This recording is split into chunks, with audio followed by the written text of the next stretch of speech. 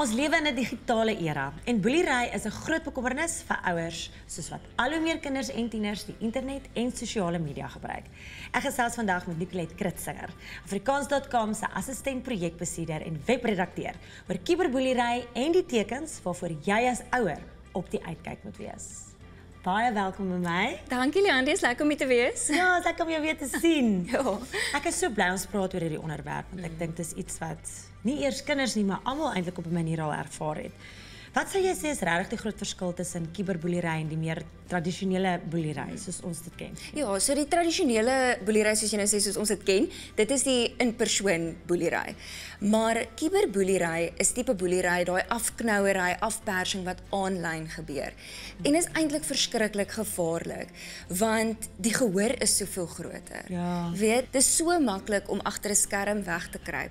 Ons noem hulle mos in Engels die keyboard warriors. Ja, die trolls. Ja, dit is so maklik om in jou sitkamer te sit en weg te kruip agter 'n skerm en hierdie nare goed oor ander mense te sê sonder om dit in hulle gesig vir hulle te sê.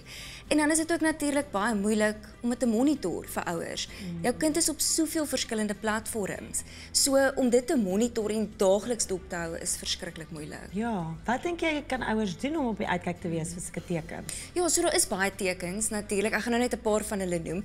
So as jy agterkom jou kind se gedrag verskil. Ja. Hulle is skielik kwaad of hulle is hartseer of hulle is ontsteld, dan moet jy begin dink, hier's dalk iets nie 100% pleis nie. En dan is daar natuurlik ook ander fisiese tekens, goed soos hulle vermy skielik om deel te neem aan sosiale aktiwiteite wat hulle voorheen baie geniet het.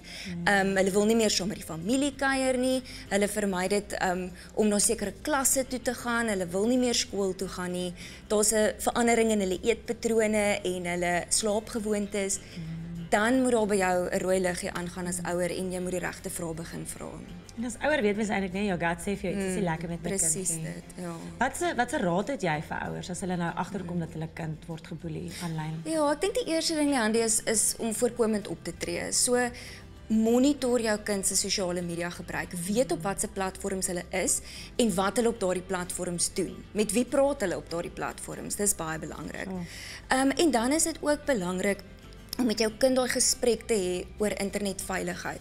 Wat mag ek daar buite plaas? Wat moet ek liewer nie daar buite plaas nie? Ja. Hoe beskerm ek myself en hoe moet ek optree teenoor mense, nie net aanlyn nie, maar ook in persoon? Ja. So monitor daai gedrag, praat met jou kind en skep ook 'n ruimte binne jou huis wat veilig is sodat jou kind weet ek kan enige tyd van die dag na my ma en pa toe gaan en sê mamma, pappa, hierdie gebeur met my online. Wat moet ek doen? Ja. En dan net vinnig, waar kan ouers meer gaan lees oor hierdie aanlyn en ander, jy weet, onderwerpe wat my ook so is? Ja, ons nooi die kykers uit, gaan kyk op Afrikaans.com, gaan kyk onder ons leer op afdeling. Hierdie onderwerp, sowel as ander kwessies waarmee ouers of onderwysers dalk te doen kry, is daar beskikbaar.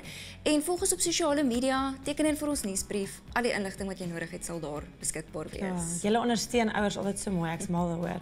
Die beste tip wat ek al gehad het is, moet nooit iets op social media sit of eintlik WhatsApp ewen dat jy nie bereid is om op 'n billboard te sien. Presies dit. So, dis 'n goeie tip. Baie dankie vir jou mooi raad. Dankie Leandie, dit was lekker om Waardeer. te gesels.